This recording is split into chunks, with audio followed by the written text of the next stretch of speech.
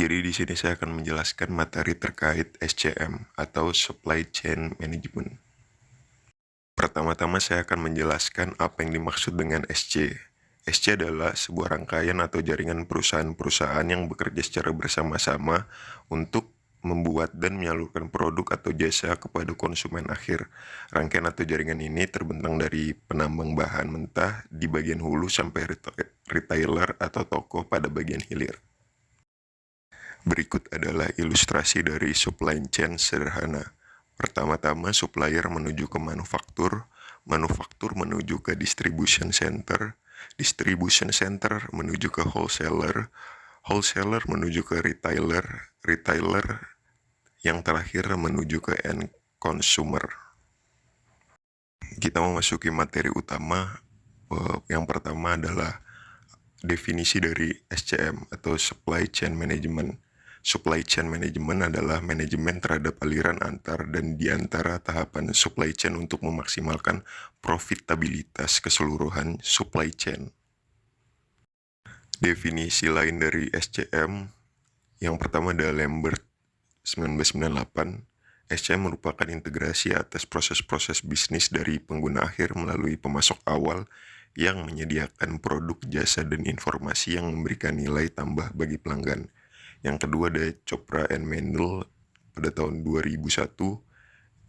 SCM adalah mencakup manajemen atas aliran-aliran di antara tingkatan dalam suatu rantai pasok untuk memaksimumkan keuntungan total. Selanjutnya tujuan dari SCM. Tujuannya adalah untuk mengurangi ketidakpastian atau uncertainty dan resiko dalam supply chain. Berikutnya saya akan menjelaskan fungsi dari SCM yang terdapat dua contoh. Fungsi dari SCM yang pertama adalah SCM secara fisik mengkonversi bahan baku menjadi produk jadi dan menghantarkannya ke pemakai akhir. Yang kedua, SCM sebagai mediasi pasar, yakni memastikan bahwa apa yang disuplai oleh rantai suplai mencerminkan aspirasi pelanggan atau pemakai akhir tersebut. Selanjutnya ada prinsip dari SCM yang terdapat 7 contoh. Prinsip dalam SCM yang pertama ada segmentasi pelanggan berdasarkan kebutuhannya. Yang kedua, sesuaikan jaringan logistik untuk melayani kebutuhan pelanggan yang berbeda. Yang ketiga, dengarkan sinyal pasar. Yang keempat, kelola sumber-sumber suplai secara strategis. Yang kelima ada diferensiasi produk pada titik yang lebih dekat dengan konsumen. Yang keenam, kembangkan strategi teknologi untuk keseluruhan rantai supply chain. Yang ketujuh, adopsi pengukuran kinerja untuk sebuah supply chain secara keseluruhan. Berikutnya, supply chain mencakup 3 bagian. Yang pertama, upstream supply chain adalah bagian ini mencakup supplier first tier dari organisasi, dapat berupa perusahaan manufaktur atau assembling, dan suppliernya yang di dalamnya telah terbina suatu hubungan atau relasi. Yang kedua ada blue internal supply chain. Bagian ini mencakup semua proses yang digunakan oleh organisasi dalam mengubah input yang dikirimkan oleh supplier menjadi output, mulai dari waktu material tersebut masuk pada perusahaan sampai pada produk tersebut didistribusikan di luar perusahaan tersebut. Yang ketiga ada downstream supply chain. Bagian ini mencakup semua proses yang terlibat dalam pengiriman produk pada customer akhir. Berikutnya ada strategi utama dan kebijakan dari SCM. Strategi utama terdapat 4 jenis. Yang pertama ada inovasi, biaya, pelayanan, dan mutu.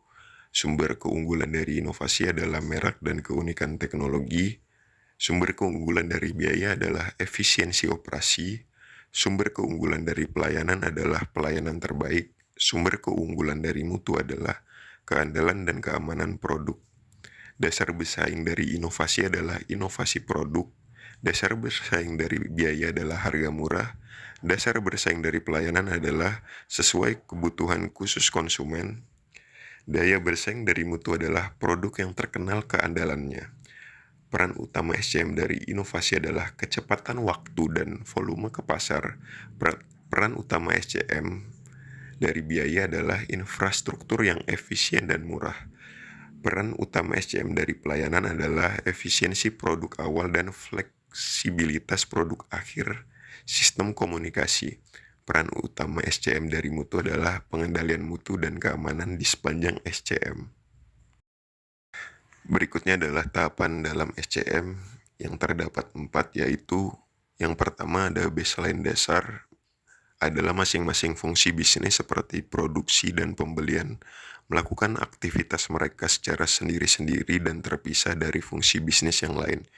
Yang kedua ada integrasi fungsional, adalah sekurang-kurangnya ada penggabungan antara fungsi-fungsi yang melakukan aktivitas hampir sama. Yang ketiga ada integrasi secara internal, adalah diperlukan pengadaan dan pelaksanaan perencanaan kerangka kerja. Yang keempat ada integrasi secara eksternal, adalah integrasi supply chain yang sebenarnya diperluas dengan supplier dan pelanggan. Selanjutnya ada proses bisnis dari SCM. Kita mulai dari bawah, terdapat manajemen pengembalian. Yang kedua ada pengembangan dan komersialisasi produk. Yang ketiga ada manajemen hubungan pemasok. Yang keempat ada manajemen aliran manufaktur. Yang kelima ada pemenuhan pesanan. Yang keenam ada manajemen permintaan. Yang ketujuh ada manajemen pelayanan pelanggan. Yang kedelapan ada manajemen hubungan pelanggan. Menuju ke aliran produksi yang terdapat 2 hal pokok, yaitu logistik dan research and development. Dari aliran produksi menuju ke aliran informasi yang disokong oleh pabrik, pelanggan, pengguna, pemasok level 1, dan pemasok level 2. Selanjutnya ada aktivitas fisik pada SCM.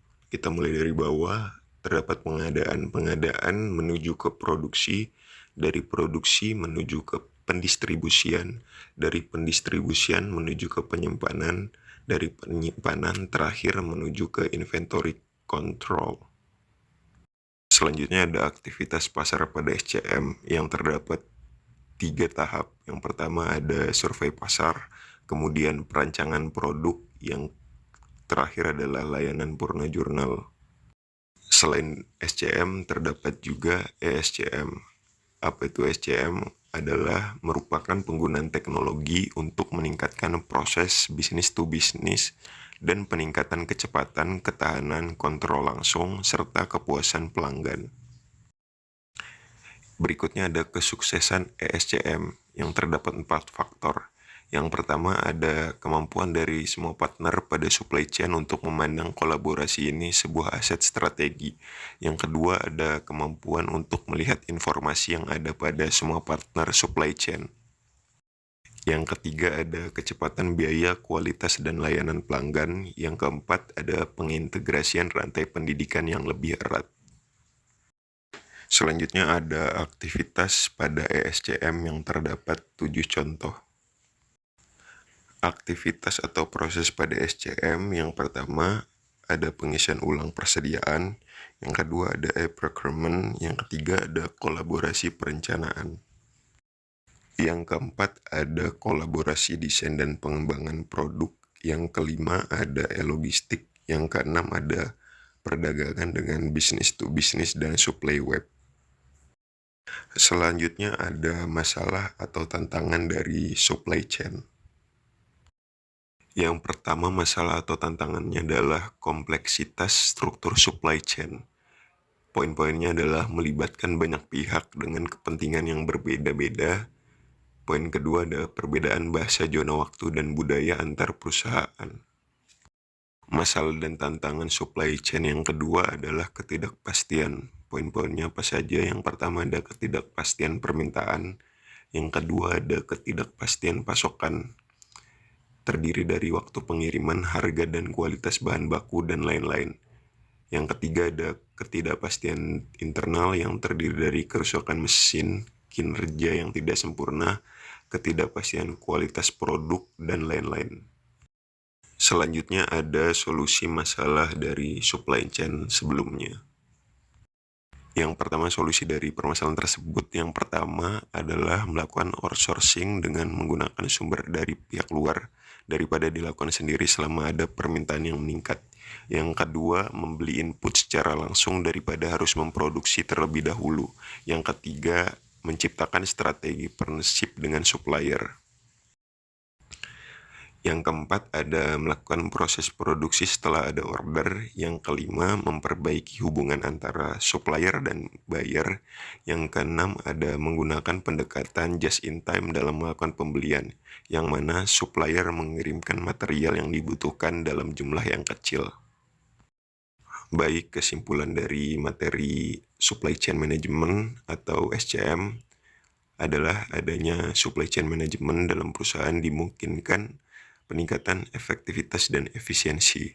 Penerapan supply chain management di masa seperti ini cocok diterapkan karena sistem ini memiliki kelebihan di mana mampu memanage aliran barang atau produk dalam suatu rantai supply.